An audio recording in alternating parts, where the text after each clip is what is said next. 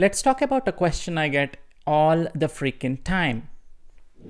Hey Simon, you work in the self-driving and robotics space. Why do you build all this technology that is designed to take all of our jobs away and render us jobless and useless and all these despicable things in the world?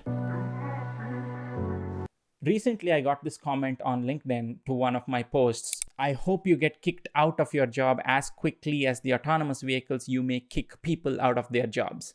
I got a little curious and went into this person's profile on LinkedIn only to see that he works in an AI company that makes automated checkout kiosks for supermarkets, which basically means like you're in the business of taking other people's jobs away too. But anyway, that's not necessarily the point here.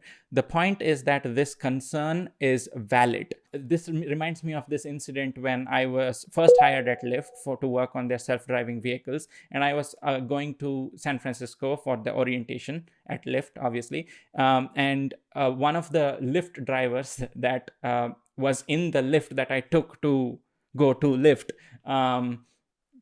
asked me, hey, like, what do you do for a living? And then I said, hey, I'm here working for Lyft. And he's like, oh, wow, that's great. I love Lyft. It's a great app and this and that. And then he asked, hey, what do you specifically work on? And when I said, I work on developing their self-driving vehicles, that's when I could see the colors literally drain from his face.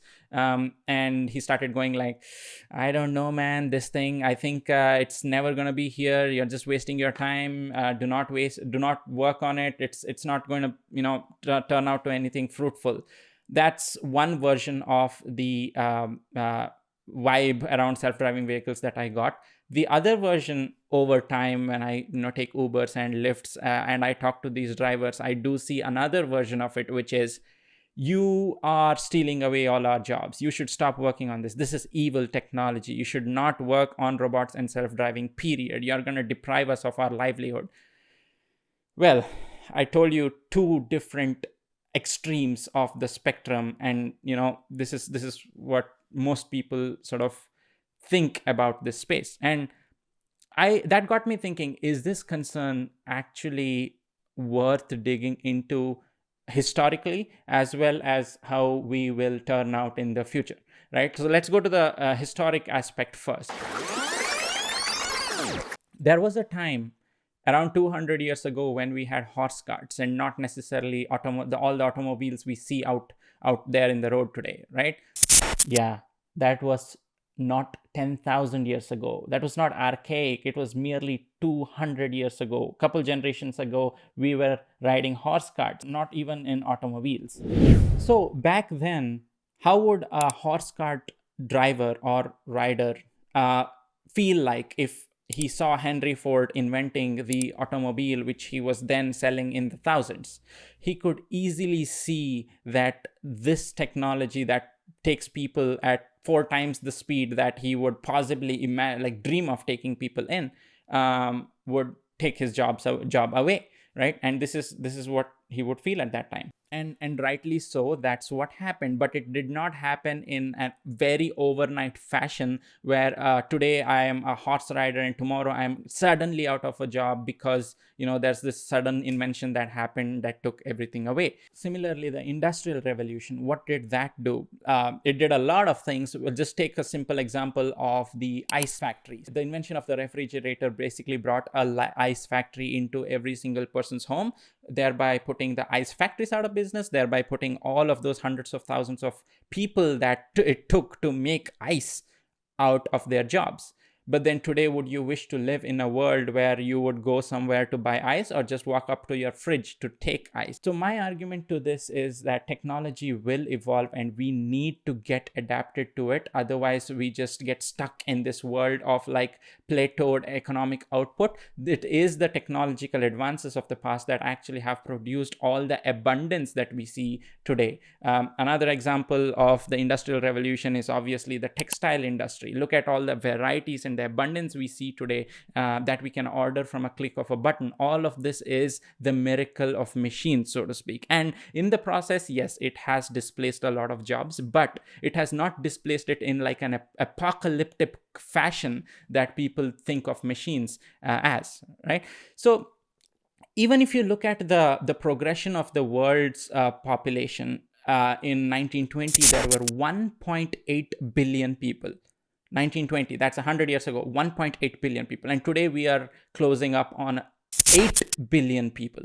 And throughout this progression, if you look at the number of people that were unemployed versus the total population, basically the unemployment rate, it has stayed pretty much constant throughout, except for the Great Depression. So what does this mean? The number of people in the world went up by fourfold in 100 years. And the unemployment rate being the same, more or less, means that there are more number of people finding opportunities today and work to do today, which means as the population increased and with the advent of machines, the number of jobs that got created for people at whatever skill level also evolved along with that. The fact of the matter is that the tech is going to evolve and jobs will evolve with it. The job markets will shift. It is unlikely to produce a net economic negative. That brings me to the point, like, the data points to something else, but where do people get this grossly wrong? Number one, people think that the jobs that robots are immediately going to displace are the jobs that people really, really, really want to do. Now, let's go back another 100 years, probably to London. There was a job called chimney sweeper, and this job basically required small kids, preferably shorter ones that could easily fit inside a chimney. And as the Industrial Revolution came by, there were a lot more chimneys, and they used to go into those chimneys and sweep the chimneys for the soot that's produced. This was one of the most cruel jobs I can even think of, that little kids were put to work, because big people cannot go into it, so it was inevitably the kids that were forced into it, and all these kids suffered either from like respiratory issues or stunted growth because they spent a lot of time in those confined environments, and overall this super horrible thing. Now the invention of machines, you can make them as tiny as you want, go into chimneys and sweep them. Now imagine if these machines were there, nobody would necessarily want to subject these kids to cruelty, because machines, obviously you can get the work done for a lot less than you would even probably pay a child over due course of time. So technically speaking, machines would have been a better bet. The other example, which is a more recent example, and that's more to do with the field that I work in, is truck drivers. Right. So I recently made this trip to Dallas, a full semi truck from Dallas to El Paso for about 10 hours.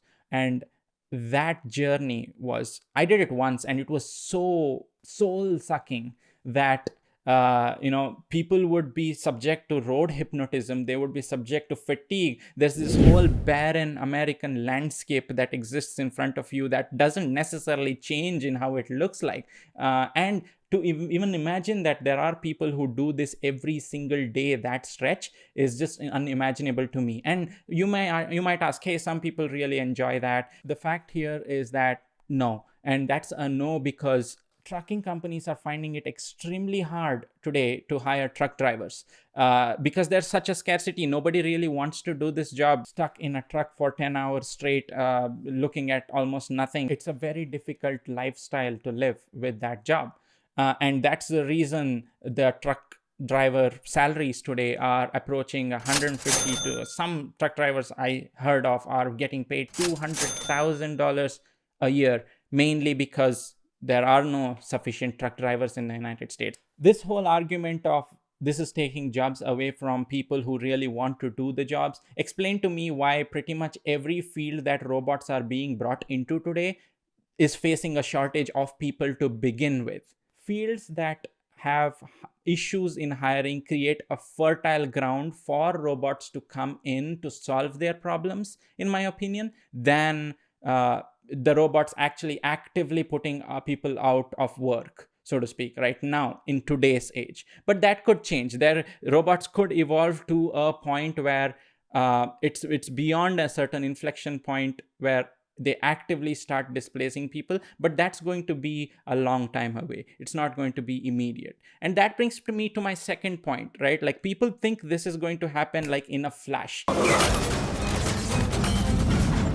They think it's going to be overnight. Okay, I'm going to wake up to find that a robot has replaced my job. It doesn't necessarily work that way.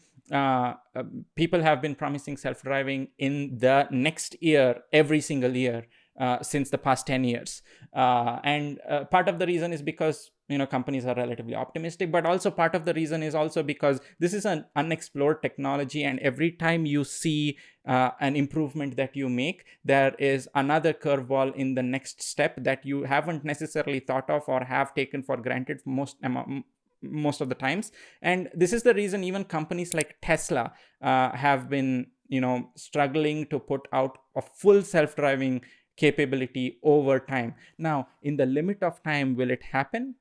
Absolutely. I think it will definitely happen. Current generation have the time to skill the people in the next generation to be ready for this new sort of job economy, and therefore be more prepared with the right skill sets that these jobs require.